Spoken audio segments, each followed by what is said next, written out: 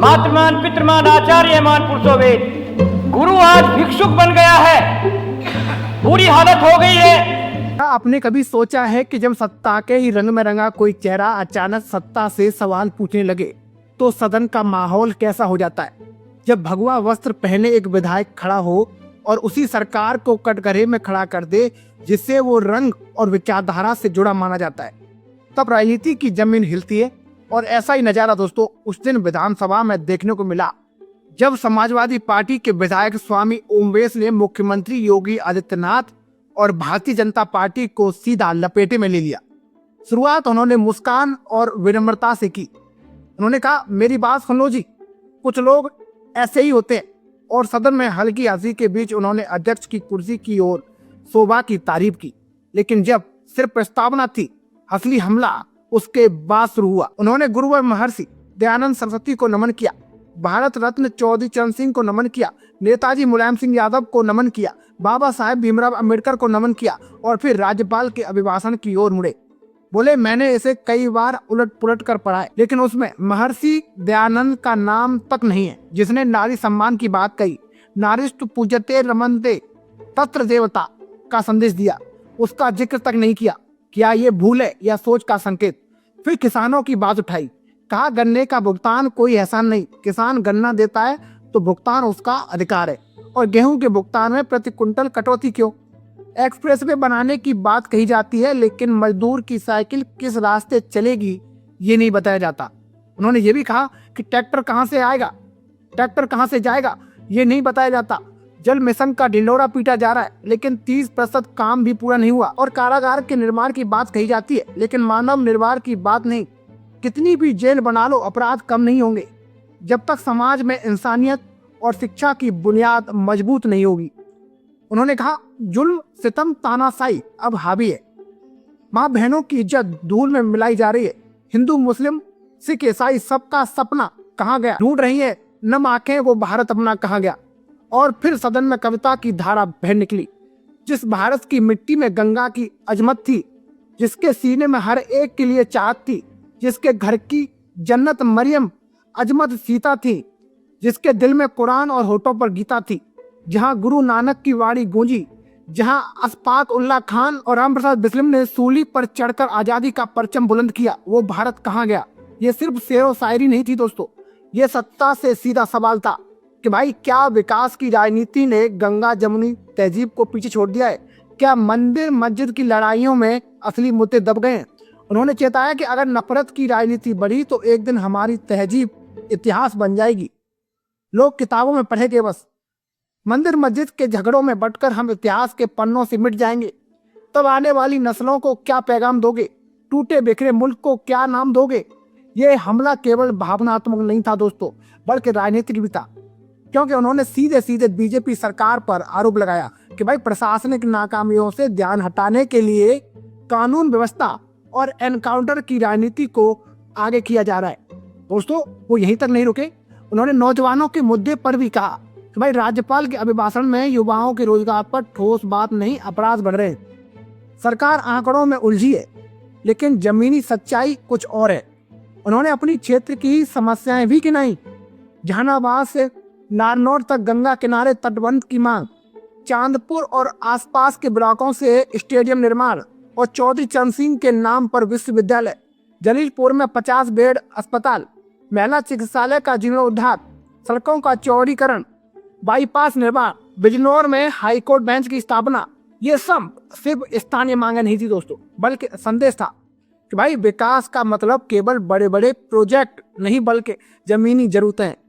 उन्होंने शेर पढ़ा, उन्होंने कहा, तूने चाहा नहीं वरना हालात बदल सकते थे, मेरे आंसू तेरी आंखों से निकल सकते थे, मगर तुम ठहरे ही नहीं, झील के पानी की तरह दरिया बनते तो बहुत दूर निकल सकते थे।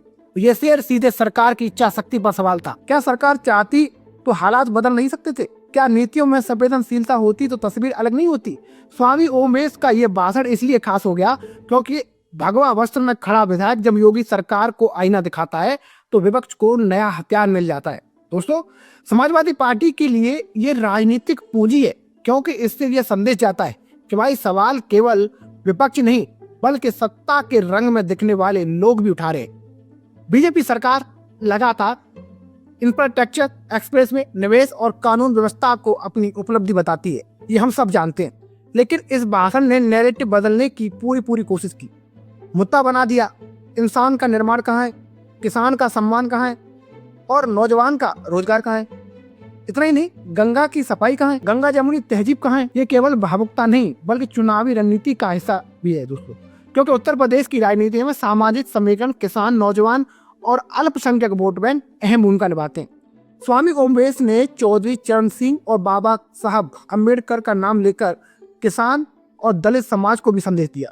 दोस्तों, महर्षि दयानंद का जिक्र कर उन्होंने आर्य समाज और सामाजिक सुधार की धारा को छुआ। इतना ही नहीं दोस्तों, गुरु नानक और अशफाक उल्लाह खां का नाम लेकर सांप्रदायिक सौहार्द का प्रतीक पेश किया। ये भाषण एक तरह से दोस्तों बीजेपी के हिंदुत्व नैरेटिव को चुनौती देने की कोशिश भी थी।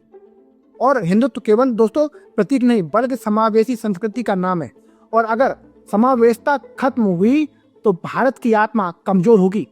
अब सवाल है, क्या ये भाषण भाजपा सरकार पर दबाव बनाएगा या केवल राजनीतिक और शोर बनकर रह जाएगा? क्या योगी आदित्यनाथ इस चुनौती का जवाब विकास के आंकड़ों से देंगे या वैचारिक बहस से? क्या बीजेपी इस हमले को विपक्ष की हताशा बताएगी या इसे गंभीरता से लेगी? इतना तय है दोस्तों कि इस भाषण ने सदन की कार्रवाई को यादगार बना दिया और आने वाले समय में ये क्लिप सोशल मीडिया पर घूमेगी। समर्थक इसे साहस बताएंगे, विरोधी इसे नाटक कहेंगे। लेकिन दोस्तों, राजनीति में धार वही बनाता है जो सवाल उठाने का साहस करे, और उस दिन स्वामी ओमवेश ने यही किया। उन्होंने सत्ता से पूछा कि क्या हम वो भारत बना रहे हैं जिसका सपना आजादी के दीवानों ने देखा था, या हम रास्ता भटक रहे हैं? और अंत में उनका सवाल हवा में गूंजता रह गया, ढूंढ रही हैं वो नम आंखें, वो भारत अपना कहाँ गया।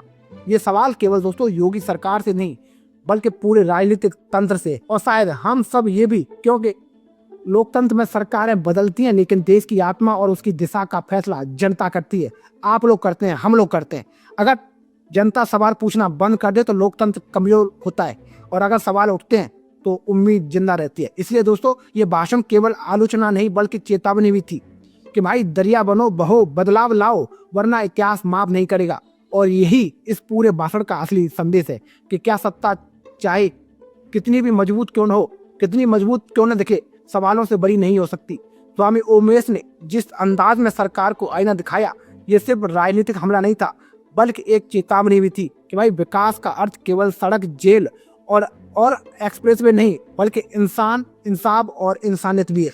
अगर किसान अपने हक के लिए तरसे, नौजवान रोजगार के लिए भटके और समाज आपसी अविश्वास में बढ़ता जाए तो उपलब्धियों की चमक फीकी पड़ जाती है।